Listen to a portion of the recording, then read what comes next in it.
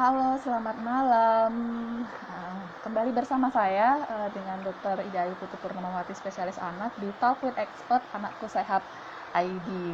Nah, sekarang kita tunggu dulu yang join ya.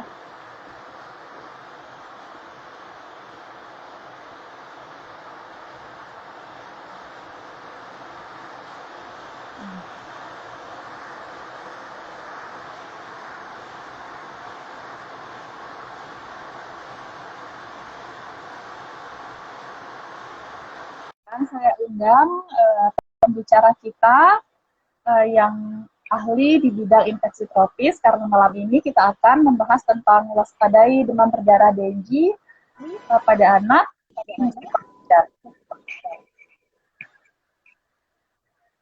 Halo, selamat malam. Halo, selamat malam dokter.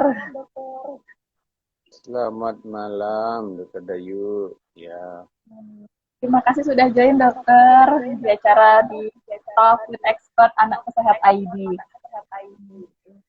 Nah, iya, selamat sore. Selamat malam apa selamat sore ini ya. Iya dokter, sekali.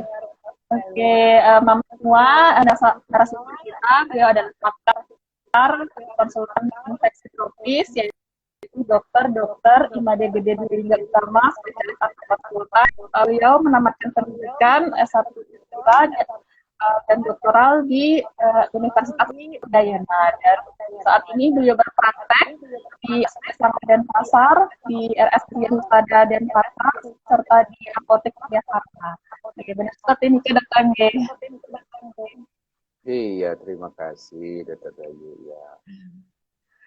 Ini semua teman-teman di IG Live Anakku Sehat ya.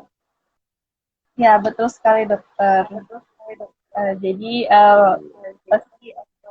ibu-ibu atau moms-moms semua dari barat Indonesia sampai ujung timur Indonesia, dokter.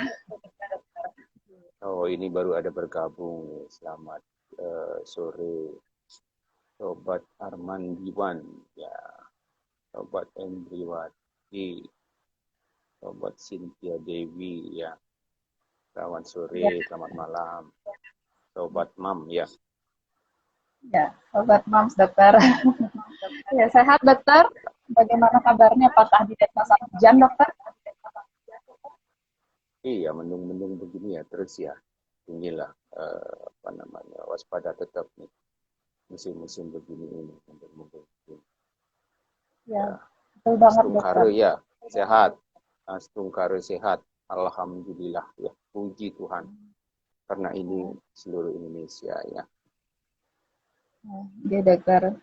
Oke, malam ini kita akan membahas seputar waspadai demam berdarah Dengue pada anak. Mungkin dokter bisa sedikit tentang demam berdarah Dengue, dokter. Silahkan dokter. Iya, untuk sobat mam semua di rumah ya. Kalau sudah mulai musim hujan ini, kita harus tetap waspada ya. Dari mana datangnya kasus demam berdarah akan meningkat. Setiap mulai musim hujan ya, kita menghadapi kasus demam berdarah yang meningkat ya. Tapi ya syukur tidak setiap periode itu kasusnya membludak ya. Ada periode-periodenya ya. Yang 5 tahun sekali kasusnya luar biasa gitu ya. Tahun-tahun setelah itu ada kasus tapi tidak terlalu meningkat. Ya, mudah-mudahan tahun ini tidak terlalu meningkat, tapi sudah mulai ada ya. Ya, untuk sobat mam di rumah mungkin ya yang perlu mungkin diketahui, dikenali awal secara dini demam berdarah itu adalah apabila ada fogging di lingkungan. Nah, kalau ada fogging di lingkungan, fogging itu ya penyemprotan pengasapan itu ya. Kalau ada fogging artinya sekitar 100 meter sampai 300 meter itu mungkin sudah ada kasusnya. Nah, itu perlu diwaspadai karena kalau ada kegiatan fogging itu kalau ada kasus itu terlaporkan biasanya ke dinas tingkat 2 gitu ya. Nah, jadi dari dinas kesehatan itu akan melakukan fogging ke wilayah itu. Itu artinya kita waspada bahwa di lingkungan itu ada kasusnya. Gitu. Itu yang pertama ya. Kemudian kalau anak kita ada demam yang membandel, nah itu waspada yang kedua ya. Demam biasanya dia itu kasih obat penurun panas, turun sebentar, kemudian lagi kita gitu. Begitu berulang-ulang ya. Yang khas lagi kalau tidak ada disertai batuk, tidak ada disertai pilek gitu ya. Nah makin curigalah kita. Nah, itu kemungkinan besar demam berdarah. Nah itu yang perlu diwaspadai awal. Bagaimana kita memilah bahwa kasus itu kemungkinan demam berdarah atau bukan. Ya. Ini makin banyak sobat mam yang sudah bergabung. Silahkan kalau ada sesuatu yang ditanyakan sekalian ya. Silahkan Dokter Dayu yang menginginkan ya. Silahkan. Ya dokter. Ya. Silahkan dokter. Oke, bagi mams yang ingin bertanya tentang demam berdarah Dengue, silakan ketik di kolom komentar pertanyaannya kepada narasumber kita malam hari ini, yaitu Dr. Imade Gede Lingga Utama, spesialis konsultan infeksi tropis. Oke ya. Baik, Dr. Ayu, kita ini bincang-bincang lagi kalau belum ada pertanyaan dari Sobat Mam tentang demam berdarah mungkin yang perlu diketahui oleh Sobat Mam di rumah ya. Ya, tadi bagaimana kita mengenali dini, mengenal secara dini infeksi demam berdarah ini. Tadi satu, kenali lingkungan, kalau ada kasus itu ada fogging dia biasanya. Kedua, kalau panas anak itu membandel. Jadi yang membandel ya kalau dikasih obat penurun panas dia turun sebentar. Habis itu naik lagi panasnya ya. Umumnya berlangsung sekitar 3 hari gitu ya. Kemudian kalau panas itu tidak disertai oleh keluhan yang lain. Tidak ada batuk, tidak ada pilek, tidak ada gejala lain. Nah, itu kemungkinan besar demam berdarah ya. Yang kedua yang harus diperhatikan biasanya ibu-ibu kalau sudah anaknya panas pasti bingung ya mencari pertolongan, membeli obat penurun panas ya. Kemudian memeriksakan anaknya mau ke dokter, mau ke klinik atau kemana yang terdekat. Biasanya saat panas itu ibunya panik ya. Yang perlu diperhatikan di sini sebenarnya saat panas itu bukan saat yang berbahaya untuk demam berdarah. Jadi kebalik ya. Jadi saat panas itu timbul bukan saat berbahaya. Yang perlu diperhatikan kalau anak itu pernah kejang. Nah saat panas itu bisa terjadi kejang. Kalau anak itu masih umurnya ya 5 tahun ke bawah. Ya, jadi yang perlu dilakukan adalah berikan obat turun panas, bisa dibantu dengan kompres hangat misalnya. Kemudian dikasih minum sesering mungkin. Bila anak itu masih bisa minum atau mau minum ya. Nah ini fase awalnya, biasanya panasnya tinggi, naik turun gitu ya. Kemudian anaknya masih bisa minum. Pada saat ini masih bisa minum anaknya. Nah, pada saat ini ibu-ibu, mam yang di rumah itu tidak usah terlalu panik ya saat panas itu. Karena saat bahaya demam berdarah itu bukan saat panasnya timbul ya. Bukan fase panasnya. Fase panas itu fase awal ya. Jadi 3 hari misalnya. 4 hari di depan itu panas naik turun naik turun naik turun. Nah itu yang perlu disikapi. Itu tahap yang akut yang kedua ya. Badannya anak panas tersebut sebenarnya respon tubuh ya. Yang sering khawatir ibunya di sini adalah saat anaknya itu panas ya. Betul banget dokter. yang sering malah sampai telepon dokternya sampai malam-malam, sudah minum obat penurun panas, kok masih panas gitu ya. Tidak jarang juga Ya dokter. subuh-subuh nelpon gara-gara panas saja gitu. Ya, jadi Ya yang betul Mbak. mana yang perlu, ya ini yang menjadi poin. Nah, yang paling perlu diperhatikan adalah saat panas itu turun, ya. Sobat Mam di rumah, saat panas itu turun merupakan fase yang berbahaya bagi demam berdarah. Ya, kapan itu terjadi? Setelah 3 hari panas atau 4 hari panas, umumnya sekitar itu ya. Bila misalnya hari keempat panas tersebut, kemudian anaknya mual, anaknya muntah, kemudian anak yang lebih besar bisa mengeluh dia, nyeri perut kanan atas. Nah, ini perlu dibedakan ya. Nyeri perut di sebelah kanan atas. Ya, kalau anak kecil biasanya kan bisa dia melokalisir, tapi boleh sobat mam itu ditekan sedikit di kanan atas, perut kanan atas. Nah, kalau anaknya menyeringai, itu artinya nyeri. Ya, anak kecil tidak usah ditanya, sakitkah gitu, karena anak kecil biasanya suka membeo, sakit, gitu. Enggak, gitu Iya dia. dokter. Jadi, iya, jadi yang pasti caranya menginvestigasi ditekan sedikit di perut kanan atas. Kalau anaknya itu menyeringai, itu artinya benar sakit. Ya, tidak usah ditanya. Tapi kalau anak yang lebih besar, ya misalnya sudah SD, gitu toh, sudah bisa dia mengeluh, sudah bisa dia mengungkapkan apa yang dia rasakan. Nah, apabila terjadi seperti itu, mual, muntah, ini panasnya sudah turun ya, biasanya setelah hari ketiga, hari Ya keempat, dokter. hari kelima, bahkan hari keenam. Kalau dia ada mual, muntah, nyeri perut kanan atas, apalagi, nah ini yang penting, apalagi tangan kaki dingin, ya, badannya dingin, gitu kan. Nah ini sudah terlambat ya, kalau tangan kaki dingin ya. Nah ini kalau Ya dokter. terjadi seperti ini, ya harus mencari pertolongan segera, harus mencari pertolongan ke tempat terdekat, gitu ya. Yang krusial lagi, yang berbahaya lagi kalau ini terjadi malam hari.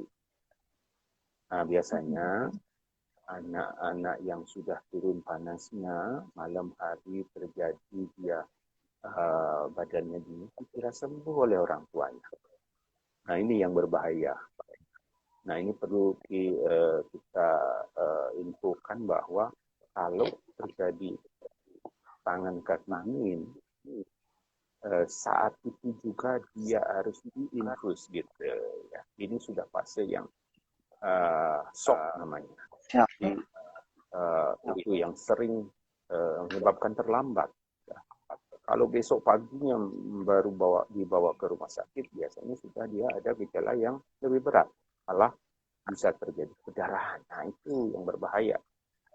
Kalau sudah terjadi perdarahan itu ya kita untuk menyelamatkan itu kemungkinannya jauh lebih susah gitu ya. Nah, itu yang perlu sobat mam di rumah untuk mewaspadai ya. Ya, mungkin ada Oke. pertanyaan kali, silakan sebelum kita Oh, lanjut. oke, baik dokter.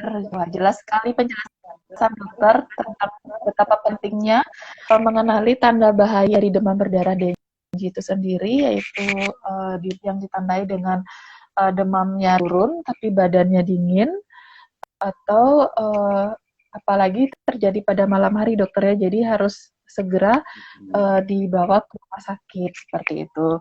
Oke, bagi moms yang ingin bertanya silahkan ketik di kolom komentar. Sambil menunggu dokter, saya akan bacakan pertanyaan yang sudah masuk di direct message anak ID dokter. Silakan. Ini dokter, yang pertama, apa benar kalau anak DBD sebaiknya banyak minum jus jambu biji dokter? Oh ya, ini sering pertanyaan dari sobat-sobat mam ya, memang macam-macam ini ya. minum jus jambu biji, minum apa namanya itu angka gitu toh, sesuai dengan apa ya latar belakang masing-masing masyarakat biasanya. Intinya sebenarnya begini. Jadi pada demam berdarah itu terjadi kejadian pembuluh darah itu merenggang begitu. Nah, dengan terjadinya peregangan pembuluh darah itu, cairan yang ada di dalam pembuluh darah itu dia keluar dari dalam pembuluh darah. Ya. Nah, ini yang menyebabkan volume di dalam pembuluh darah itu berkurang. Nah, volume yang berkurang ini harus digantikan dengan cairan yang baru gitu. Itu sebenarnya prinsipnya, konsepnya. Jadi, untuk menggantikan cairan itu dengan cara apa? Ya minum. Minum yang banyak, minum yang sering. Nah, terus apakah benar jus jambu dipakai? Ada memang penelitian-penelitian yang mengatakan seperti itu. Cuman di satu sisi, jus jambu itu kan umumnya berwarna merah ya. Berwarna Ya, merah, dokter. paling jambu kelopak itu ya, berwarna merah.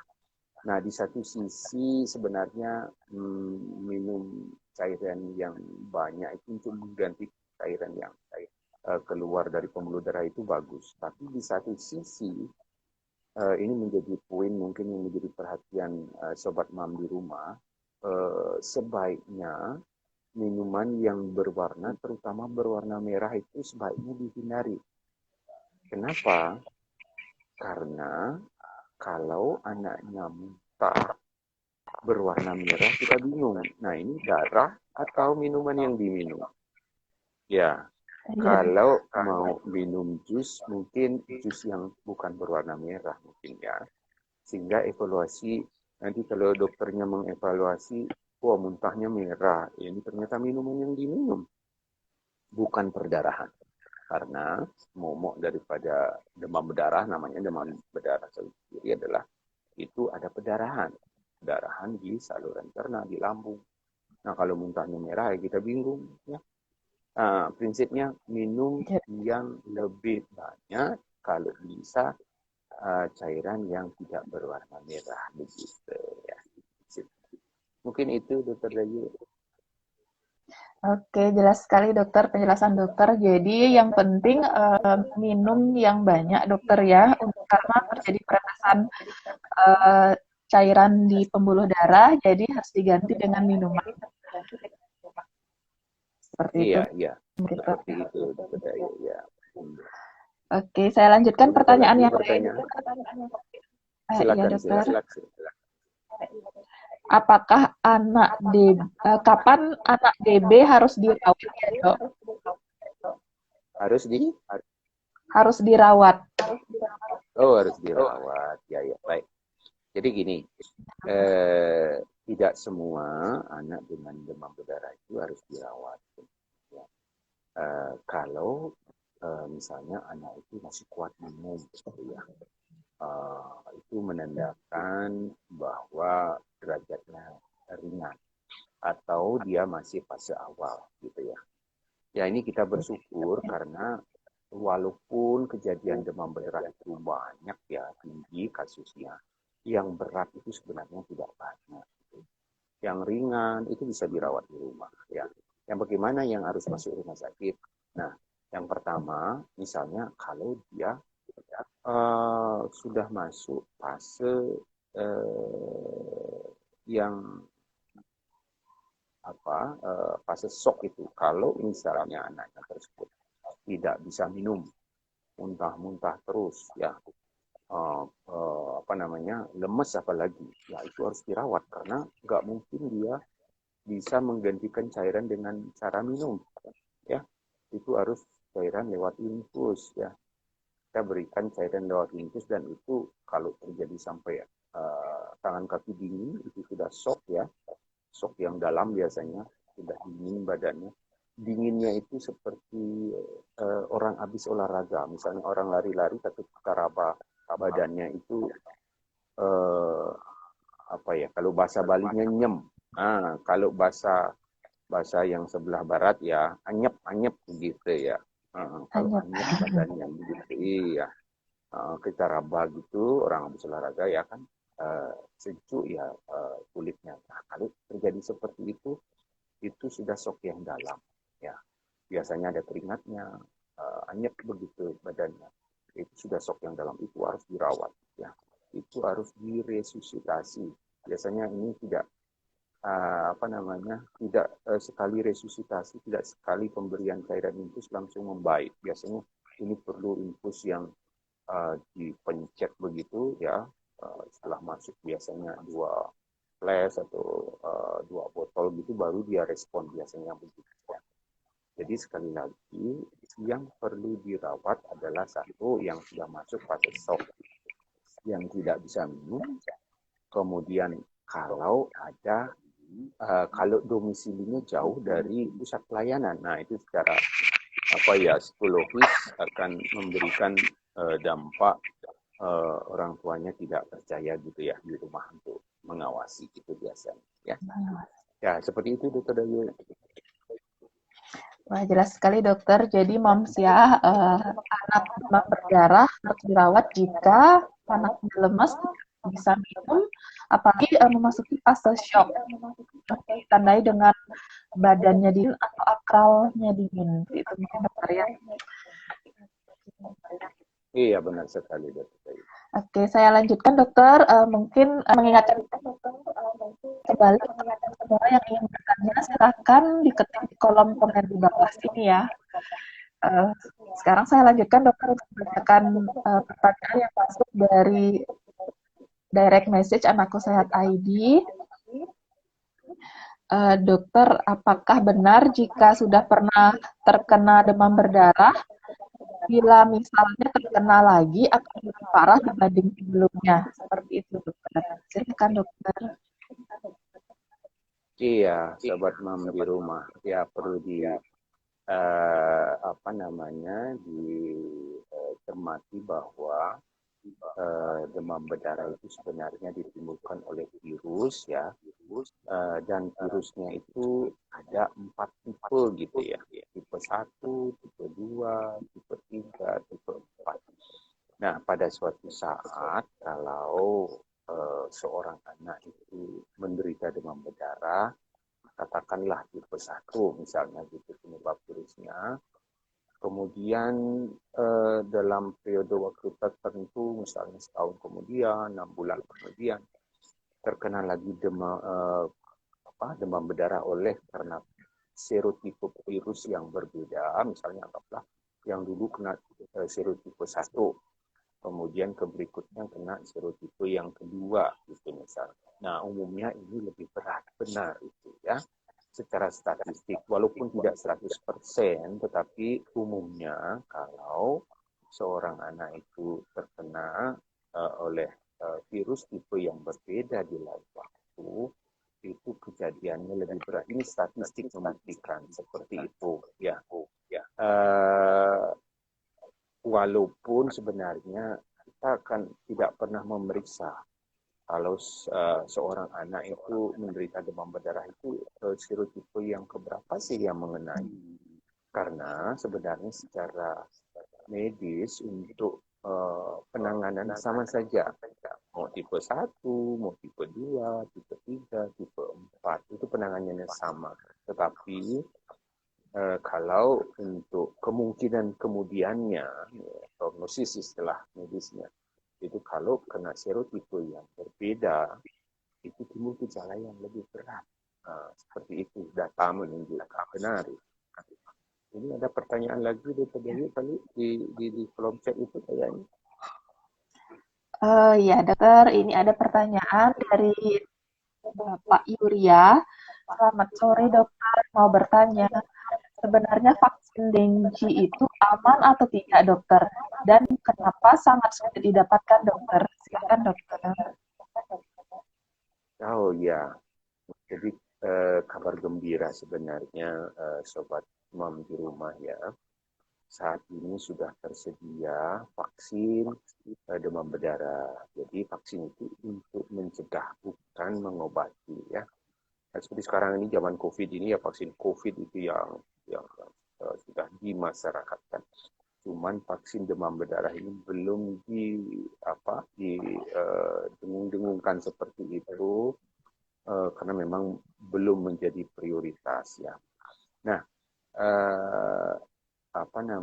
memang sudah ada vaksinnya. Nah, kemudian apakah aman atau tidak? Nah, semua vaksin itu bukan hanya demam berdarah, itu melewati fase uji klinis namanya ya.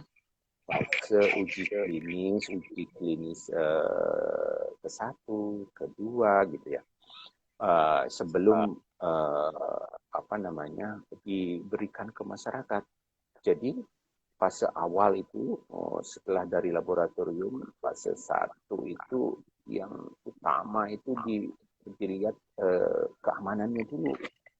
Ya, sebelum dicoba di manusia sebenarnya sudah dicoba di binatang.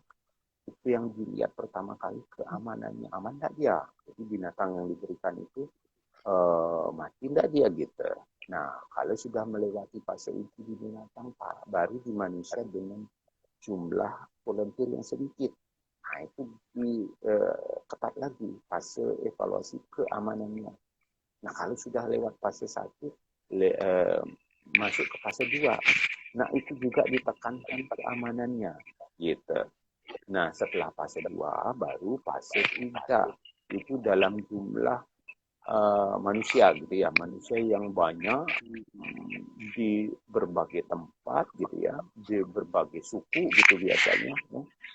Nah, dilihat selain keamanannya juga efek bagus tidak bisa melindungi gitu.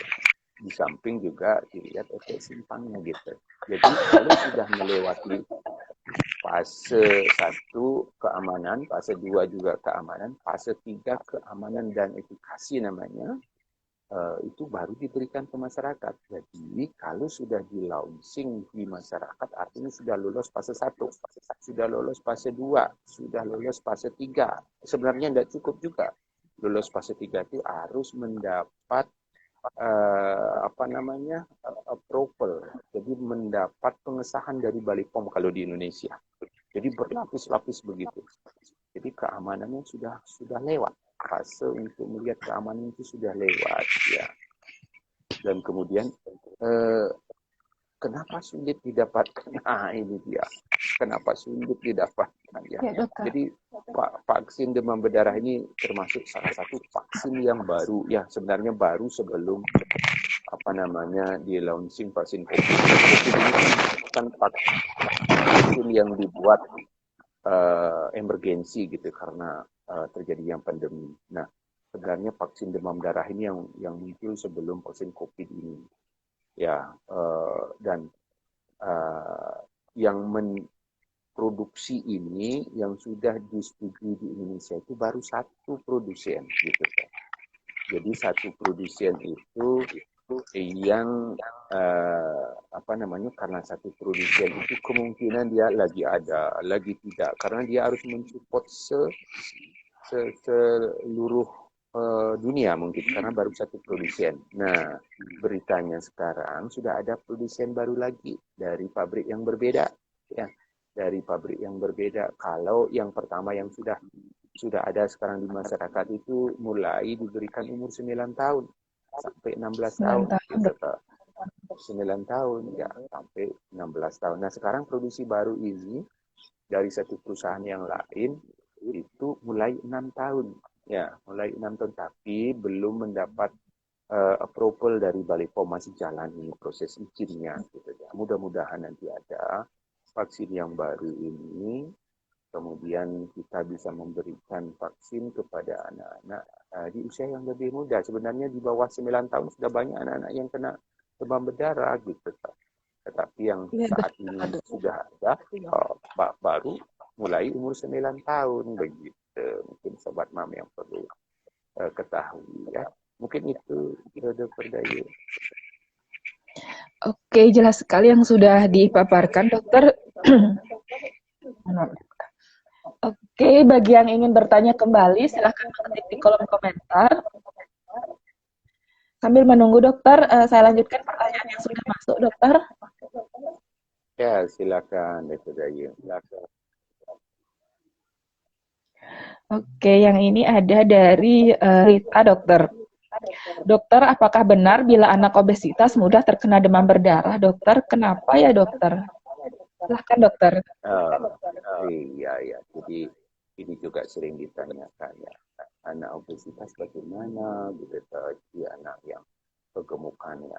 Sebenarnya ya apapun yang lebih terlalu itu terlalu berlebih itu nggak bagus ya. Ternyata yang bagus itu Iya, dokter. sedang saja. Jadi kalau anak yang berat badan berlebih itu data menunjukkan gejalanya lebih berat begitu. Gejalanya lebih berat. Bukan masalah mudah kena demam berdarahnya, tetapi kalau kena demam berdarah, dia lebih berpotensi untuk menjadi berat ketimbang dibandingkan dengan anak yang tidak obes seperti itu. Ini data menunjukkan seperti itu. Datanya, dokter. Iya, mungkin Sobat Mam perlu ketahui juga bahwa sebenarnya demam berdarah itu yang berbahaya sebenarnya bukan virusnya ya. Jadi demam berdarah itu disebabkan oleh virus. Virus ini dihantarkan, ditularkan, dibawa, dipindahkan dari orang sakit ke orang sehat oleh nyamuk gitu. Jadi, tetapi yang berbahaya sebenarnya bukan virusnya, tetapi respon tubuh kita sendiri ya. Respon tubuh si Respon anak tubuh. sendiri, iya, yang berbahaya itu. Apa itu respon tubuh? Jadi karena kemasukan virus demam berdarah, tubuh memberikan respon. Nah, respon yang berlebih ini umumnya terjadi pada anak yang gizinya berlebih gitu toh. Ya, kalau gizi anaknya tidak berlebih, ya respon tubuhnya tidak ini benar, tidak memberikan respon yang berlebih gitu ya. Ini bukti-bukti penelitian menunjukkan bahwa kalau anak itu gizinya berlebih, ya responnya pun berlebih. Nah, respon berlebih ini salah satu yang menjadi beratnya demam berdarah itu kebocoran pembuluh darah ini gitu. Jadi pada anak yang obes, kebocoran pembuluh darahnya itu lebih kuat begitu, sehingga gejalanya menjadi lebih berat. Itu sebenarnya intinya ya. Oleh karena itu Sobat Mam tidak usah buat anaknya gizinya berlebih, yang sedang-sedang saja ya. Ya kalau berlebih itu ya sebuah ya apa namanya, nendang kiri nendang kanan dia ya. Memang imut-imut untuk dilihat ya, cuman kalau kena sakit itu lebih ini ya, lebih kuat jadinya ya, salah satunya demam berdarah ini gitu. Mungkin itu Dokter Dayu ya. Oke, jelas sekali, dokter. Penjelasan dokter. Karena anak obesitas mempunyai respon yang berlebihan terhadap demam berdarah, sehingga kemungkinan kondisi memburuknya lebih tinggi dibanding anak yang lain. Seperti itu, dokter ya. Iya benar sekali Dokter Dayu. Oke, saya ingatkan lagi bagi moms yang ingin bertanya, silakan ketik pertanyaan di kolom komentar. Dan sambil menunggu, saya akan membacakan pertanyaan lagi, dokter, yang masuk lewat ID. Ini dari Ibu Dian. Dokter, anak saya sempat demam berdarah dan dikatakan syok, tapi sekarang sudah sembuh. Namun kadar fungsi hatinya dikatakan tinggi. Itu kenapa ya, dokter? Apakah mungkin hepatitis? Silakan, dokter. Oh ya, terima kasih Ibu. Ibu siapa tadi? Ibu Dian. Ibu Tian, iya. Jadi kalau sempat dirawat anak tersebut pernah mengalami demam darah, pernah mengalami sampai shock, ya umumnya diperiksa darahnya salah satu fungsi hatinya seperti itu ya. Fungsi hati itu enzimnya meningkat biasa ya. Ceritanya sebenarnya ringkasnya seperti ini. Kalau demam berdarah itu, virus demam berdarah itu dia ya sama juga kayak kita ya ternyata ya, mempunyai kesenangan ya, mempunyai hobi ternyata virus itu ya. Kalau kita Iya, hobi dok. misalnya makan rujak gitu ya, ada yang hobi sate, makan sate, ya virusnya pun punya hobi dia ya. Dia hobinya itu terhadap eh, organ-organ tubuh, salah satunya itu organ hati. Ya, mentoknya di situ ya. Tempat lain dia hobinya itu di trombosit namanya, di sel darah pembeku dia ganggu ya. Dia nggak mau sel darah yang lain ya, sel darah putih dia ganggu, sel darah pembeku dia ganggu, sel-sel di hati dia ganggu. Jadi pada kejadian demam berdarah karena dia bisa berbiak gitulah ya, di hati itu terjadi pembengkakan hati biasa, terjadi apalagi kalau yang berat ya, terjadi atau Iya, biakan dok. yang biasa itu biasanya fungsi hatinya menurun, fungsi hatinya meningkat gitu. Tetapi gini, sobat mam tidak perlu khawatir kalau itu disebabkan hanya oleh karena demam berdarah. Walaupun fungsi hatinya itu terganggu, itu tidak berlangsung seterusnya gitu. Jadi dalam fase waktu menderita demam berdarah itu fungsi hatinya terganggu. Setelah dia proses infeksi selesai, berangsur-angsur dia membaik. Dan umumnya sembuh sempurna, tidak perlu dikhawatirkan Sobat Mam ya. Ya, kecuali misalnya ada penyakit lain yang memang bukan demam berdarah, itu bisa berlanjut. Ya, itu lain cerita ya. Kalau murni oleh karena demam berdarah, ya setelah fase akutnya, setelah fase pemulihan, itu kalau kita cek enzim hatinya akan menurun pelan-pelan dan menjadi normal begitu. Memang ada variasinya memang sesuai dengan sekali lagi respon tubuh, sesuai dengan beratnya demam berdarah seperti itu. Jadi intinya, Sobat Mam tidak usah khawatir itu akan terjadi gangguan fungsi hati yang berkelanjutan. Ya, itu umumnya saat menderita demam berdarah saja. Ya, seperti itu, Dokter Dayu. Oke, jelas sekali dokter yang dipaparkan oleh dokter. Jadi merupakan respon uh, dari penyakit itu sendiri dokter ya, sehingga Iya, menyebabkan peningkatan kadar enzim hatinya. Oke, saya akan melanjutkan membacakan pertanyaan dokter sambil menunggu pertanyaan di kolom silakan, komentar. silakan. Selamat malam dokter, saya Ibu Nina. Apakah mungkin hari kelima dan keenam pasien demam berdarah masih demam dokter? Karena anak saya didiagnosis demam berdarah, tapi hari ke-6 itu masih demam. Terima kasih dokter. Iya, terima kasih Ibu Nina ya. Apakah hari ke-6 gitu ya? Masih bisa demam gitu ya? Iya dokter. Masih bisa demam.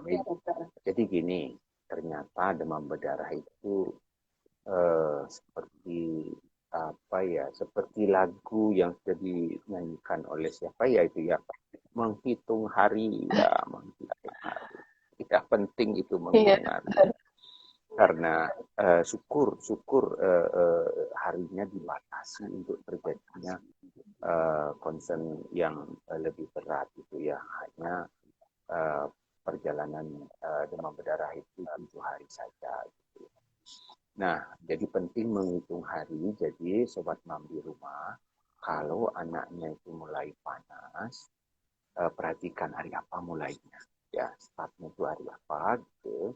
Karena di sini penting informasi yang bisa diberikan kepada dokter yang merawat sehingga bisa diwaspadai oleh dokter yang merawat.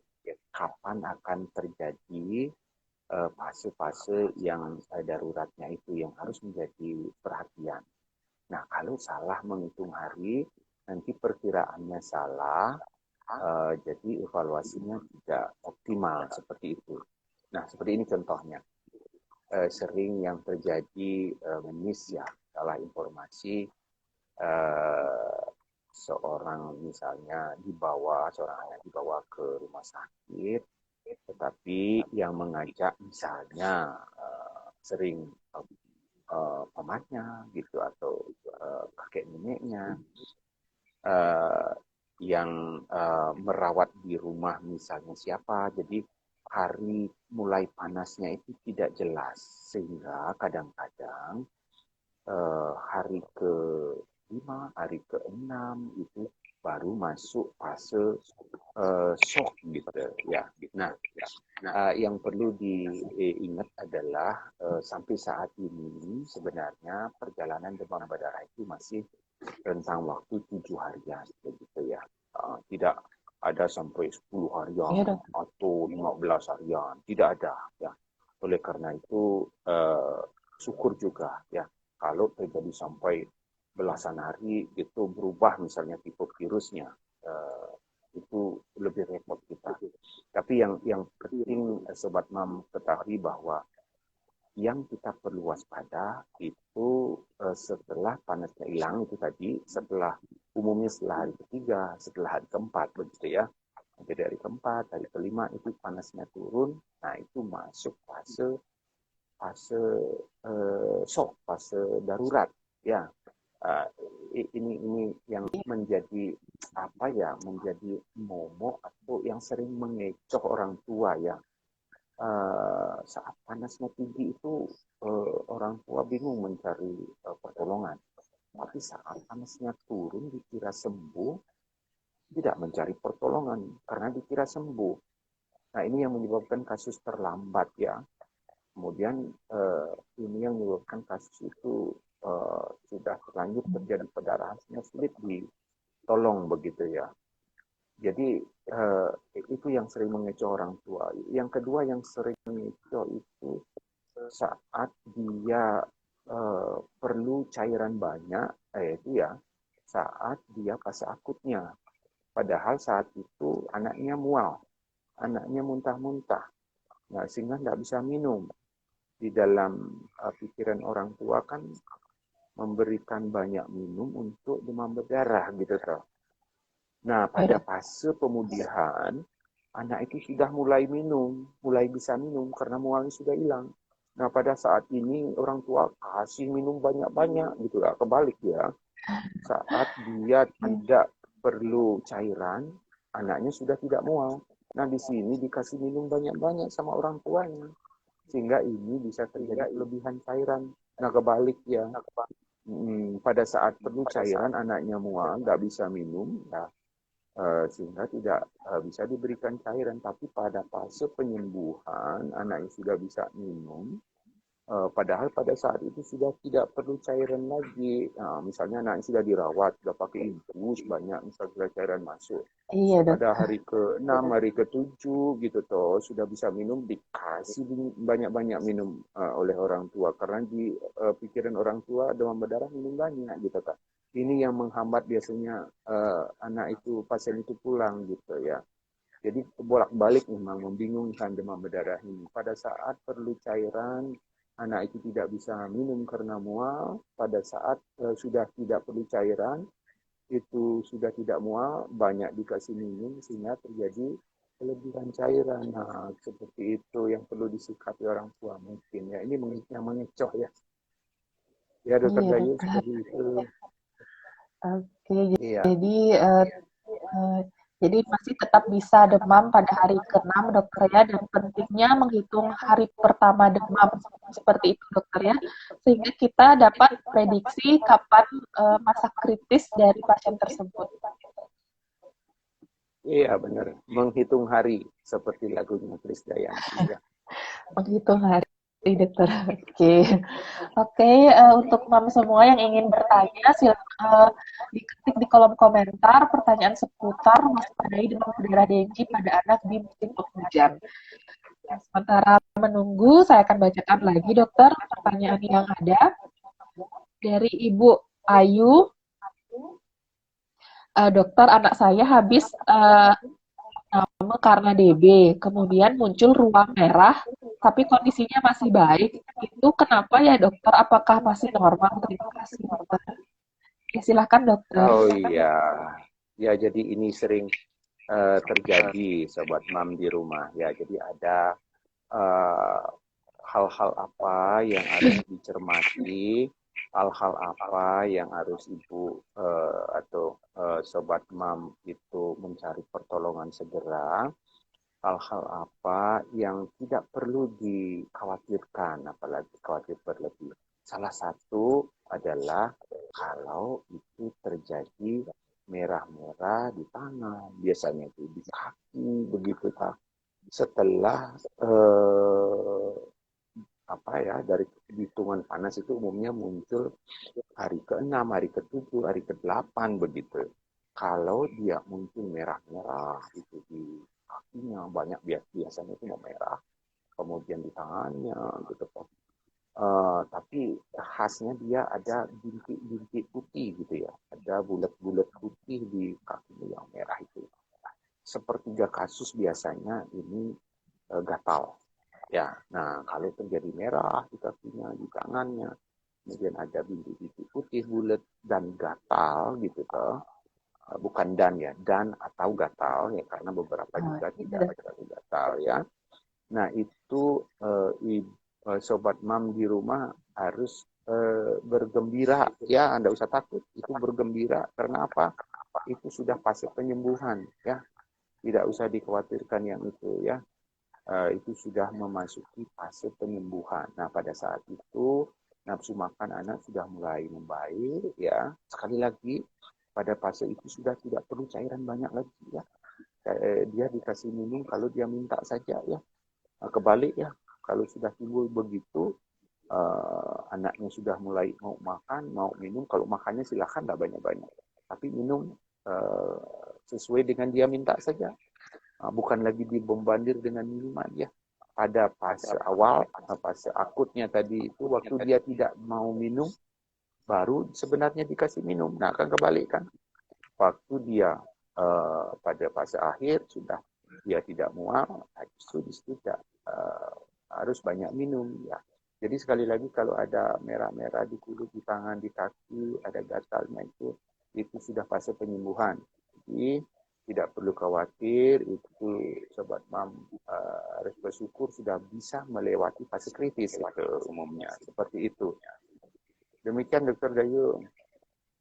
Oke, terima kasih dokter penjelasannya dan semoga ibu yang sudah bertanya puas dengan jawaban dokternya. Jadi tidak perlu dikhawatirkan karena itu biasanya normal terjadi pada anak yang sudah melewati masa kritisnya. Oke dokter, ini ada pertanyaan lagi dokter di kolom komentar. Dokter, sebenarnya demam berdarah itu Oke, saya dokter. Dokter, sebenarnya demam berdarah itu perlu tidak ditransfusi darah karena keponakan saya kemarin saat demam berdarah ditransfusi trombosit. Silakan dokter. Oh iya, baik sobat mam di rumah ya, kalau sudah sampai dirawat di rumah sakit itu penanganannya sesuai dengan kasusnya gitu ya, sesuai dengan kasusnya. Jadi ada tahapannya saat kapan itu anak itu perlu ditransfusi, saat kapan anak itu perlu diberikan transfusi trombosit misalnya seperti itu. Itu sudah disesuaikan dengan indikasinya gitu ya. Nah, jadi kalau berbicara masalah global, masalah secara umum, itu tidak bisa digeneralisir, tidak bisa dihantam kromo bahwa anak yang demam berdarah harus mendapat transfusi trombosit. Tidak selalu, tetapi pada saatnya sesuai dengan indikasinya, dokter akan memberikan itu. Kalau terjadi hal seperti itu, serahkan ke dokternya. Ya, dokter kalau sudah mengindikasikan itu sudah analisis, kalau memang perlu kita tahu. Tapi kalau tidak perlu, biasanya dokter tidak akan memberikan seperti itu. Nah, kalau ranah ini ya serahkan kepada dokternya seperti itu. Yang pasti untuk yang sobat mam perlu ketahui di rumah, PR kita sebenarnya bukan trombosit ya, Kalau sobat mam di rumah pasti, oh anak saya kena demam berdarah, trombositnya sampai sekian sekian, kan begitu. Nah, itu sebenarnya tidak mau. Yang menjadi PR kita adalah sebenarnya kekentalan darah gitu. Mungkin di masyarakat tidak terlalu dikenal itu hematokrit atau kekentalan darah. Jadi PR kita adalah mencegah atau mengendalikan darah itu tidak kental seperti itu. Apa yang perlu sobat mam lakukan di rumah kalau anak itu masih bisa minum pada fase akut tadi itu ya, minum yang banyak gitu tuh. Karena yang menjadikan bahaya adalah kekentalan darah, bukan kadar trombosit yang rendah gitu ya. Jadi PR kita bukan meningkatkan kadar trombosit dengan minum jus jambu, meningkatkan kadar trombosit dengan minum jus angka gitu ya, macam-macam lah akan timbul di masyarakat. Jadi PR-nya bukan itu ya. Yang menjadi PR ya adalah untuk menanggulangi kekentalan darah itu, karena tadi bocornya itu. Jadi berikan minum sebanyak anak mau, kalau masih mampu. Kalau tidak mampu, mual muntah terus, nah itu bawa ke rumah sakit, itu diinfus ya. Kalau masalah transfusi, masalah trombosit apa segala, itu serahkan kepada dokternya. Dokternya sudah menganalisis itu. Gitu. Kalau memang perlu akan diberikan, kalau tidak perlu, ya tidak akan diberikan. Gitu, sobat. Ya, terima kasih. Ini bagus pertanyaan. Oke, terima kasih penjelasannya dokter, sangat jelas sekali. Oke, ini ada satu pertanyaan lagi dokter. Silakan. Oke. Oh ya, untuk dokter, anak saya kemarin didiagnosis DB, kemudian trombosit terakhir saat itu 54.000 dan diperbolehkan pulang dengan kondisi saat itu masih baik. Apakah tidak apa-apa ya dokter dengan trombosit 54.000 diperbolehkan pulang? Terima kasih. Silakan dokter. Iya, jadi sobat mam di rumah, sekali lagi pemeriksaan yang dilakukan di rumah sakit itu sudah menilai kondisi anak, gitu ya, sudah menilai kondisi laboratoriumnya seperti itu ya, dan sebenarnya kita tidak usah menunggu trombosit itu sampai normal begitu ya. Yang kita perlu lihat dan kecenderungan kalau dia sudah di atas 50.000 itu aman untuk dirawat jalan begitu. Karena apa? Karena pada sesungguhnya sebenarnya trombosit itu seperti tadi menjadi sasaran atau menjadi objek daripada virus ini. Dia suka sama trombosit gitu toh. Dia hobinya trombosit ya, bukan hobinya sel darah merah ya, tapi hobinya trombosit ya. Dia ganggu trombosit itu, dia infeksi sehingga trombosit itu, sel pembekuan darah itu cacat. Karena cacat dia banyak yang nempel di pembuluh darah gitu tuh, karena dia mempunyai kemampuan untuk menempel itu. Nah, kalau dia sudah menempel, kemudian petugas lab mengambil darah, yang terambil yang mengalir saja di dalam pembuluh darah. Sehingga Sehingga yang terdeteksi akhirnya turun begitu. Tetapi sesungguhnya dia masih ada di dalam pembuluh darah, tapi nempel di dinding pembuluh darah. Nah, pada saat dia terjadi perbaikan, yang nempel-nempel tadi itu terlepas lagi dan mengalir di dalam pembuluh darah. Sehingga tanpa pemberian macam-macam ya, tanpa pemberian jambu biji tadi, tanpa pemberian angka, apapun segala yang menjadi paham di masyarakat itu, dia akan naik sendiri. Karena sudah yang nempel-nempel tadi sudah lepas kembali. Kalau kita periksa ulang misalnya setelah naik itu sehat, betul kontrol, dia akan normal. Makanya sering terjadi trombositnya itu misalnya sudah drop sampai ke misalnya satuan 1 digit sampai 5 gitu trombosit, atau sampai belasan sampai 15 gitu. Kemudian 2 harinya kemudian langsung melompat menjadi lebih dari 100.000 gitu toh. Nah, itu yang terjadi. Ya. Dan sekali lagi, semua itu sudah menjadi analisis dari dokter yang merawat. Jadi kalau sudah di atas 50.000 aman, dan dia akan naik sendiri. Kalau mau membuktikan boleh kita periksa lagi nanti setelah kontrol. Tapi umumnya anak-anak ataupun ibu kan tidak mau disuntik, ditusuk lagi anaknya setelah sehat ya. Jadi sahabat mam tidak perlu khawatir, itu dia akan naik sendiri kita ya. Seperti itu Dr. Dayu. Oke, terima kasih dokter. Tak terasa waktunya sudah mendekati 1 jam, dokter. Oh iya ya, hampir jam 8 ya. Dokter ya. Saya simpulkan sedikit dokter, jadi penting sekali untuk mengenali tanda awal dari demam berdarah, kemudian mengenali tanda bahaya, misalnya seperti demam, demam anak turun, namun badannya dingin, harus hati-hati, harus segera diperiksakan ke dokter atau ke UGD terdekat, karena bisa jadi itu adalah awal dari tanda shock dari demam berdarah itu sendiri. Ya, mungkin ada tambahan dari dokter atau take home message untuk moms di rumah, silakan dokter. Ya, untuk sobat mam di rumah. Jadi nggak perlu khawatir terlalu berkelebihan ya. Kalau anak itu demam yang tinggi gitu toh, naik turun, respon sebentar dengan obat penurun panas, kemudian panas lagi, tidak ada batuk pilek di lingkungan, ada pengasapan, fogging, nah itu curiga ya.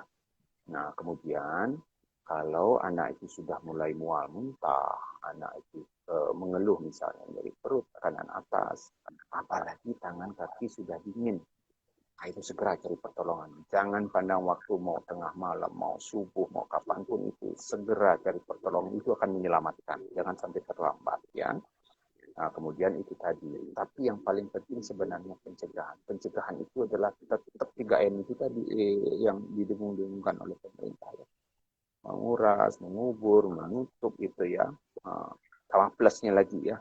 Kalau misalnya ini ya boleh pakai repellent, boleh pakai pelambu begitu ya. Tapi memberantas itu yang paling penting ya.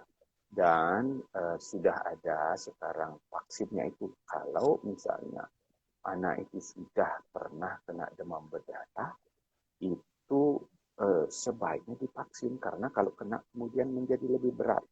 Nah, justru vaksin ini akan bagus efeknya kalau seseorang anak itu sudah pernah kena demam berdarah.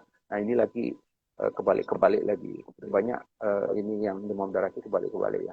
Dia akan menghasilkan kekebalan yang bagus kalau sudah pernah terinfeksi gitu. Nah, tentunya ini dibandingkan dengan yang belum terinfeksi ya. Jadi sekali lagi ada pengenalan dini sehingga tidak terlambat. Kemudian ditekankan kepada pencegahan.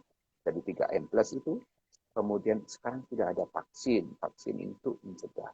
Cuman umur 9 tahun sementara ini, 9 tahun mulai ya. Kalau misalnya mencari vaksin itu memang sekarang ini agak sulit ya, tetapi itu masih tetap ada ya. Oleh karena itu poinnya itu adalah pencegahan yang paling penting. Mungkin begitu Dokter Dayu. Selamat malam ya sobat mam semua. Oke, terima kasih dokter, sangat jelas sekali yang disampaikan oleh dokter, dan terima kasih banyak atas waktunya dokter untuk hadir di sini dan menjelaskan ilmunya kepada mam-mam semua. Dan terima kasih juga untuk mam semua yang sudah menyempatkan join di acara Talk with Expert Anakku Sehat ID. Oke, saya akhiri dokter. Terima kasih banyak dokter. Sehat selalu dokter. Sama-sama Dokter Dayu. Ya, terima kasih untuk sobat mam semua. Mari, selamat malam. Selamat malam dokter. Malam. Saya izin akhiri dokter. Mari dokter. Mari.